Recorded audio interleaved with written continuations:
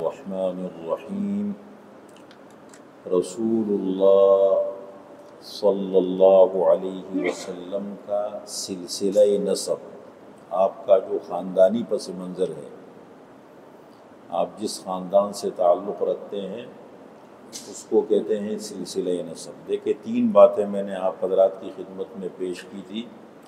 سب سے پہلی بات یہ ہے کہ جتنے بھی انبیاء کرام علیہم السلام دنیا میں تشریف لائے ہیں، خاندانی اعتبار سے اپنی قوم میں سب سے نمایاں ہوتے ہیں، بہت اچھے شریف خاندان سے ان کا تعلق ہوتا ہے۔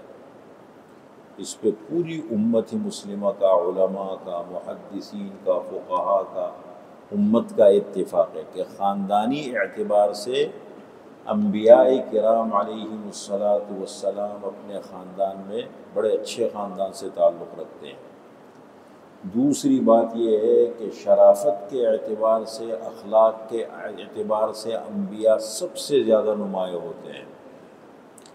قرآن کریم میں اللہ تعالیٰ نے ذکر فرمایا ہے کہ جب مشرکین مکہ نے، کفار قریش نے، عرب نے آپ صلی اللہ علیہ وسلم کی مخالفت شروع کی اور آپ صلی اللہ علیہ وسلم سے نبوت کی دلیل مانگی کہ اگر آپ اللہ کے نبی ہیں تو آپ کے پاس دلیل کیا ہے، تو قرآن کریم نے سب سے بڑی دلیل کیا پیش کی؟ فَقَدْ لَبِثْتُ فِيكُمْ عُمُرًا مِّن قَبْلِهِ أَفَلَا تَعْقِلُونَ، میں نبوت سے پہلے ایک بہت بڑا زمانہ تمہارے درمیان گزار چکا ہوں، 40 سال کا عرصہ نبوت سے پہلے میں نے تمہارے درمیان گزارا ہے۔ تم ہی لوگوں نے مجھے کہا کہ امین ہے، بڑا امانت دار آدمی ہے، آپ ہی لوگوں نے مجھے کہا کہ صدوق ہے، بڑا سچا ہے۔ اگر 40 سال تک ایک آدمی نے جھوٹ نہیں بولا، خیانت نہیں کی، وعدہ خلافی نہیں کی، تو 40 سال کے بعد وہ جھوٹا کیسے بن گیا؟ تو یہ آپ صلی اللہ علیہ وسلم کی نبوت کی دلیل ہے۔ اب دیکھیں، سب سے پہلے آپ صلی اللہ علیہ وسلم کا جو سلسلہ نسب ہے، میں نے کہا تھا اس کے 3 حصے ہیں۔ آپ صلی اللہ علیہ وسلم سے لے کر کے عدنان تک 21 واسطے بنتے ہیں۔ کتنے واسطے بنتے ہیں؟ 21 واسطے۔ اس پر پوری امت کا اتفاق ہے۔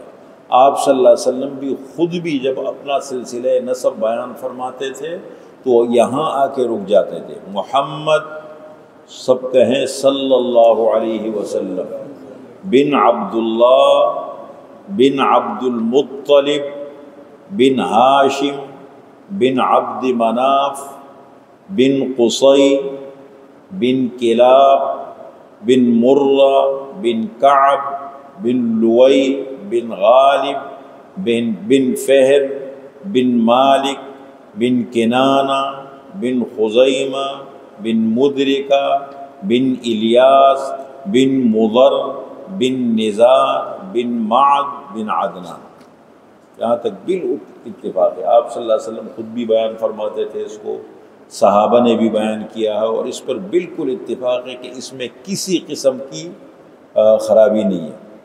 یہ جتنے نام آئے ہیں، 21 نام آئے ہیں، یہ سارے کے سارے نام بالکل آپ صلی اللہ علیہ وسلم اسی خاندان سے، آپ کے آباء اور اجداد میں عدنان تک سلسلہ یہ متفق ہے۔ ایک بات تو آپ صلی اللہ علیہ وسلم سے لے کر کے عدنان تک یہ سلسلہ کیا ہے؟ اس پہ اتفاق ہے۔ اور یہ بھی طے شدہ ہے کہ آپ صلی اللہ علیہ وسلم کے عدنان جو ہے، 21واں جو سلسلہ ہے عدنان، وہ حضرت اسماعیل علیہ السلام کی اولاد میں سے، یہ بھی طے ہے بالکل، اس میں کوئی اختلاف نہیں۔ میں نے کہا تھا نا کہ انسانیت کے تاریخ کے 3 دور ہیں، ایک ہے حضرت آدم علیہ السلام سے لے کر حضرت نوح علیہ السلام تک، اور ایک سلسلہ ہے حضرت نوح علیہ السلام سے لے کر حضرت ابراہیم علیہ السلام تک۔ اس کو کہتے ہیں ملت صابیہ، ملت صابیہ کہتے ہیں۔ اور پھر حضرت ابراہیم علیہ السلام سے لے کر کے قیامت تک کا جو سلسلہ ہے، اس کو کہتے ہیں ملت ابراہیمیہ۔ ہم بھی ملت ابراہیمی والے ہیں، اور بنی اسرائیل یہود و نصارہ یہ بھی ملت ابراہیمی والے ہیں۔ حضرت ابراہیم علیہ السلام کے 2 بیٹے تھے، ایک بیٹے کا نام تھا اسحاق علیہ السلام، ان سے بنی اسرائیل کے پیغمبروں کا سلسلہ چلا۔ حضرت عیسیٰ علیہ السلام بنی اسرائیل کے سب سے آخری پیغمبر ہیں، اور حضرت اسماعیل علیہ السلام کی اولاد میں سے ایک پیغمبر ہے، وہ کون ہے؟ رسول اللہ صلی اللہ علیہ وسلم۔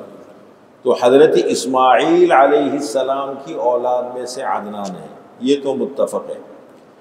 حضرت عبداللہ بن عباس رضی اللہ تعالی عنہما فرماتے تھے کہ صحابہ کی جماعت میں دو نمایاں کردار ہے، ٹھیک ہے، تمام صحابہ، ہمارا تو یہ ایمان ہے، اصحابی کالنجوم بِأَيِّهِمْ اقْتَدَيْتُمْ اهْتَدَيْتُمْ، آپ صلی اللہ علیہ وسلم نے فرمایا میرے تمام صحابہ ستاروں کے مانند ہیں، جس کسی کی پیروی کرو گے ہدایت کو پا جاؤ گے، تمام صحابہ۔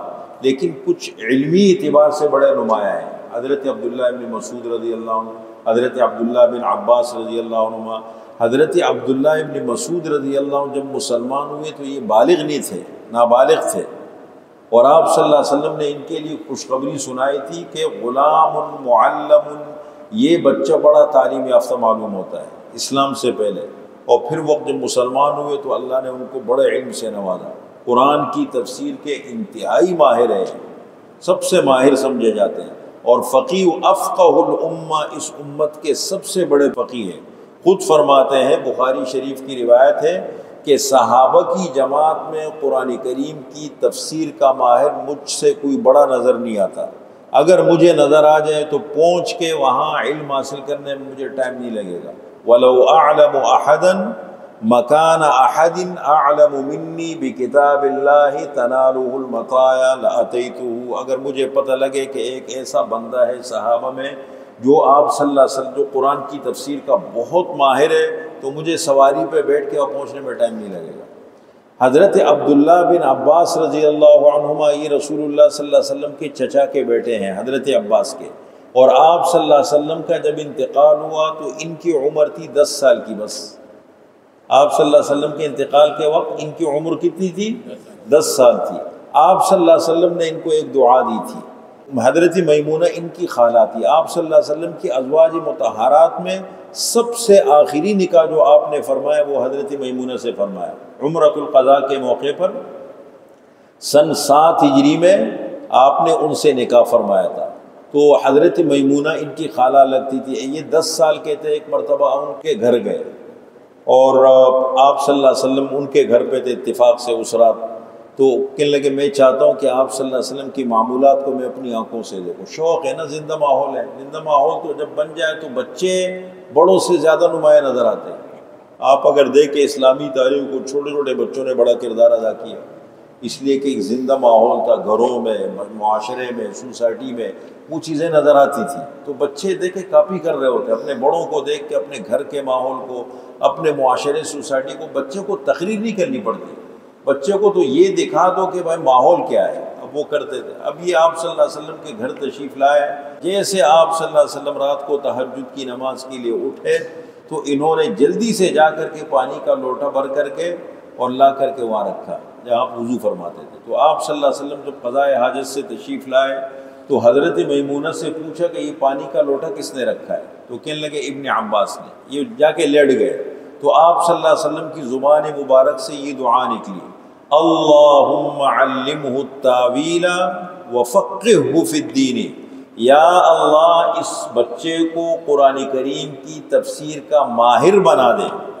قرآن کریم کی تفسیر کا ماہر بنا دے اور دین کی گہری سمجھ اس کو عطا فرما دے اپنے وقت پر۔ یہ ترجمان القرآن کہلائے۔ ترجمان القرآن کا مطلب یہ قرآن کی زبان ہے، یہ کیا ہے؟ قرآن۔ یہ لقب ان کو کس نے دیا؟ حضرت عبداللہ ابن مسعود نے، کہ یہ ترجمان القرآن ہے، اتنے ماہر بنے وہ وقت آنے پر۔ اور حبر الامہ کا لقب ملا۔ حبر الامہ کا مطلب امت کے سب سے بڑے عالم۔ تو ان دونوں کے اقوال اس سلسلے میں میں ذکر کرتا ہوں۔ حضرت عبداللہ بن عباس رضی اللہ تعالی عنہما فرماتے ہیں کہ آپ صلی اللہ علیہ وسلم جب اپنے سلسلہ نسب کو بیان فرماتے تھے تو یہاں تک پہنچ کر کے عدنان پر پہنچ کر کے رک جاتے تھے، اور اس کے بعد فرماتے تھے کذبا النسابون، نسب بیان کرنے والوں نے جھوٹ بولا ہے، یعنی ان کے پاس یقین نہیں ہے، کوئی مضبوط دلیل ان کے پاس نہیں ہے، بس باتیں ہیں، مشہور ہو گئی، کچھ صحیح ہے کچھ غلط ہے، ملا جلا رجحان ہے۔ اچھا، دوسرا حضرت عبداللہ ابن مسعود رضی اللہ عنہ، حضرت ابن عبداللہ ابن مسعود قرآن کی یہ آیت تلاوت فرماتے ہیں وَعَادًا وَثَمُودًا وَقَدْ تَبَيَّنَ لَكُم مِّن مَّسَاكِنِهِمْ، اور عاد اور ثمود یہ دنیا کی بڑی متمدن قومیں گزری ہے، اصل عرب تھے۔ عرب کی 3 قسمیں، عرب کی جو تاریخ ہے نا، ایک ہے باعدہ، ایک ہے عاربہ اور ایک ہے مستعربہ۔ یہ اب تک جو عربوں کی تاریخ دنیا میں گزری ہے، باعدہ یہ اصل خالص عرب تھے، قدرتی طور پر جیسے زبان ملتی ہے نا اللہ کی طرف سے، یہ اصل عرب تھے۔ یہ 4 قومیں تھیں، قوم عاد، قوم ثمود، قوم جدیس، قوم تسم۔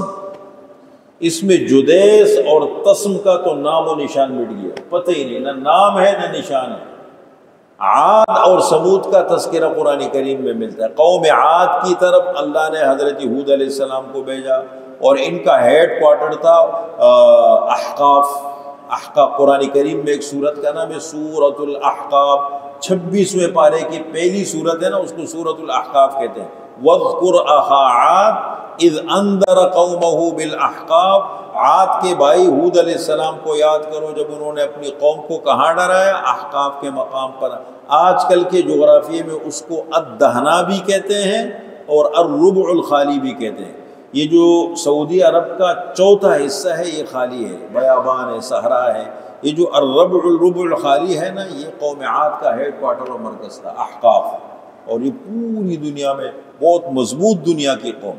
اس کے بعد قوم ثمود ہے، جن کی طرف اللہ نے حضرت صالح علیہ السلام کو بھیجا۔ ان کا علاقہ تھا وادی حجر، تبوک کی طرف جاتے ہوئے وہاں پر ان کے ابھی بھی ان کے جو آثار ملتے، پہاڑوں کو تراش تراش کے انہوں نے گھر بنایا تھا، ابھی بھی وہ گھر ہے پہاڑوں کے اندر، بہت خوبصورت طریقے سے بنایا۔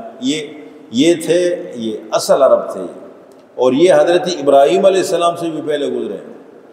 حضرت ابراہیم علیہ السلام اور رسول اللہ صلی اللہ علیہ وسلم کے درمیان 3500 سال کا فاصلہ ہے، 3500 سال کا فاصلہ ہے۔ تو یہ گزرے ہیں ابراہیم علیہ السلام سے بھی پہلے گزرے ہیں۔ دوسری قوم ہے عاربہ۔ عاربہ کون ہے؟ یمن کے رہنے والے لوگ۔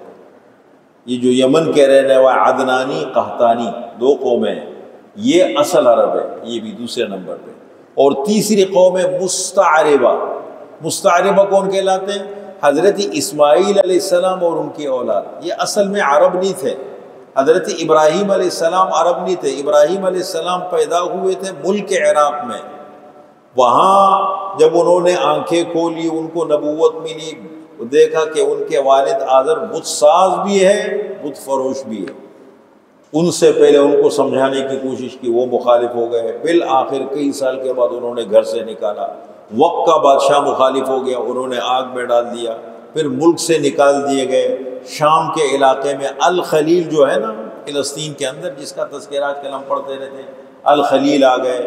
وہاں سے ان کے ساتھ کون تھے؟ 3 لوگ تھے۔ ان کی اہلیہ حضرت سارہ تھی اور ان کے بھتیجے حضرت لوط علیہ السلام تھے، جن کو ابھی نبوت نہیں ملی تھی، نبوت بعد میں ملی۔ لیکن یہ 3 لوگ تھے جو اپنے ملک عراق سے نکل کر اور شام چلے گئے۔ شام سے پھر انہوں نے مصر کا سفر کیا، اور مصر میں بادشاہ کی نیت ان کی اہلیہ کے لیے خراب ہو گئی، جو اس وقت کا بادشاہ تھا خراب ہو گئی۔ انہوں نے غلط ارادے سے ان کی طرف ہاتھ بڑھایا، لیکن ان کے ہاتھ اللہ نے شل کر دیے۔ 2-3 دفعہ انہوں نے غلط ارادہ کیا، ان کے ہاتھ شل ہو گئے۔ وہ بہت زیادہ متاثر ہوئے حضرت ابراہیم علیہ السلام سے، اور پھر انہوں نے ہدیے کے طور پر حضرت حاجرہ ان کو عطا کی۔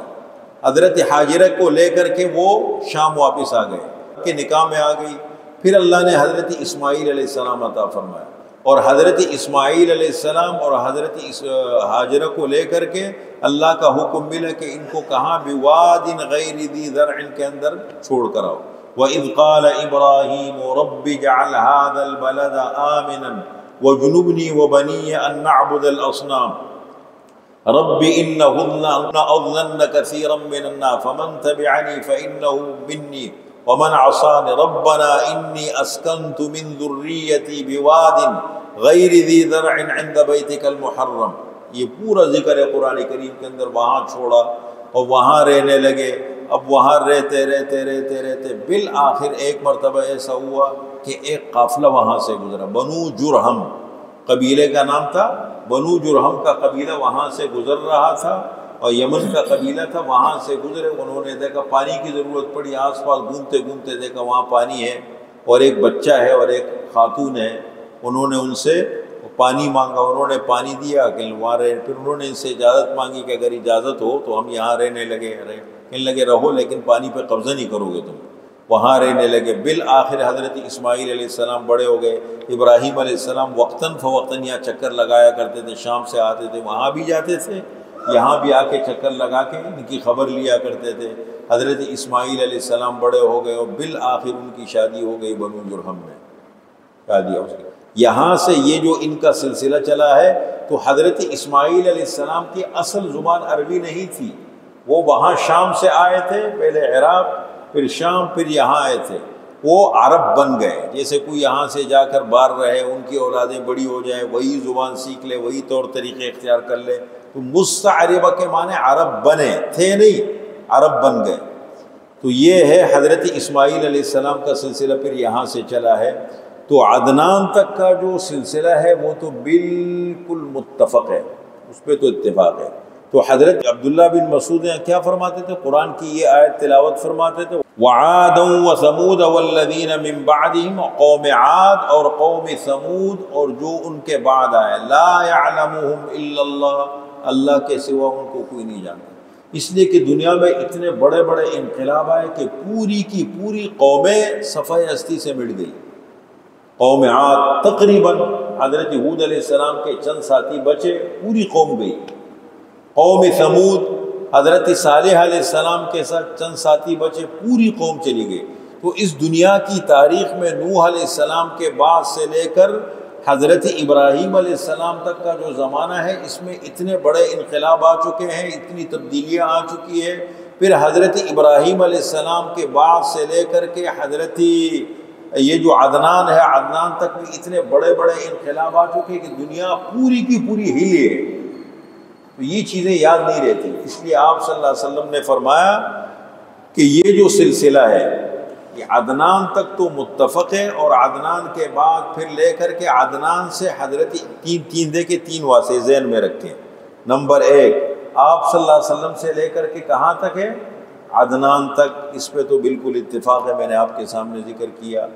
پھر عدنان سے لے کر کے سلسلہ چلتا ہے حضرت اسماعیل علیہ السلام تک، ابراہیم علیہ السلام تک، اس میں بھی اختلاف ہے، اتفاق نہیں ہے۔ اور پھر حضرت ابراہیم علیہ السلام سے لے کر کے حضرت آدم علیہ السلام تک کا جو سلسلہ ہے، اس میں بھی اختلاف پائے جاتے ہیں، جس کے بارے میں انشاءاللہ اگلی نشست میں ذکر کریں گے۔ آپ صلی اللہ علیہ وسلم کے خاندان کے بارے میں ہم چاہتے ہیں کہ تھوڑی سی معلومات آپ کو ملے کہ آپ صلی اللہ علیہ وسلم کا خاندانی پس منظر کیا تھا۔ آپ صلی اللہ علیہ وسلم فرماتے ہیں کہ قیامت تک